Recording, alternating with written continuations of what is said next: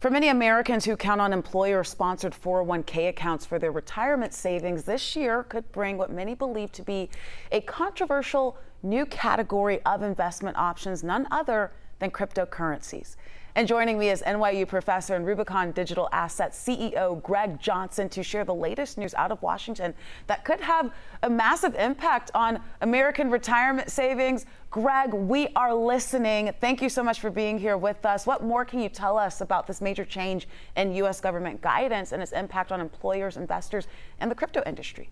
You know, you and I have talked over the past many months about Christmas coming early for the crypto industry last year. It continues to come early in 2025 with more news each and every week. This past couple days has brought the news that many have been waiting for in the crypto industry for a long time. And the news is normalcy.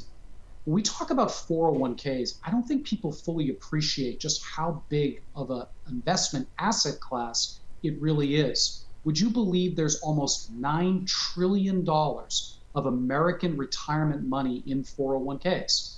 And until last week, the administration or the US government gave very strict guidance that said, you know what?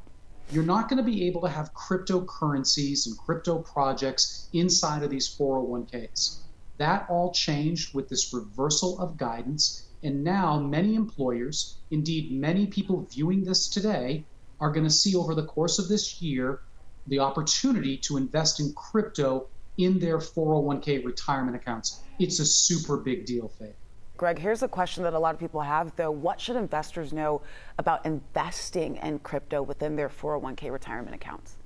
Well, if you've been a regular 11 Alive viewer and you've been watching our segments together, you know how I feel about this. Crypto is nothing more than the future of finance, but it's still a very speculative asset class. In the investment world, we call those alternative investment classes. And that's what crypto is. And with anything that's an alternative investment class, you need to be very, very careful. You need to understand that the volatility associated with crypto, even with all these big headlines we've been covering, means that the volatility risk is sizable for the foreseeable future. It means that for most folks, maybe you should only consider getting involved in crypto if you have a very high risk tolerance. And if you do get involved in crypto, you maybe should be considering only putting a very small percentage, maybe 2 or 3% of your allocation into these emerging markets. And I know some people in their IRA accounts, their personal accounts, have already invested in crypto, but this is bigger. There's something about the normalcy of having 401ks allow cryptocurrencies to be inside of them that is such a major breakthrough for the industry. For a long time, crypto has been looking for something like this, where normalcy is at the center, and this news is it.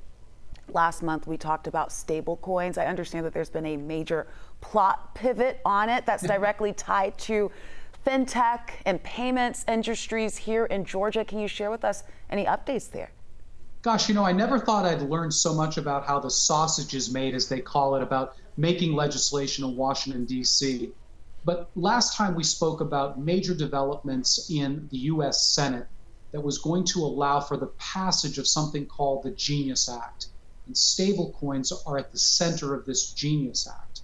And one of the things that just came up this week is that the incumbents, think all the payment companies that we're familiar with, American Express, the MasterCards, the Visas, all of these establishment people were saying, hey, wait a second, this stablecoin business means that I could lose a big share of my revenue. And so one of the new wrinkles that was uncovered this week was a proposal that would ensure that all of these payment companies actually would get a piece of the action. Now, why this matters is it could ultimately jeopardize what was thought to be a slam dunk piece of legislation for the crypto industry. What it also means is that it puts Atlanta and certainly Georgia as a whole on the map, because we keep on reminding viewers what people don't realize about Georgia is that we're one of the largest fintech and payments industries in the world is headquartered right here in metropolitan Atlanta. Greg Johnson, our source for all things crypto. All of these conversations, I always have 10 other questions, but I will ask them to you offline. We appreciate you breaking it down. Thank you so much. I have them too, Faith, so don't worry. Thanks, Greg. Thank you.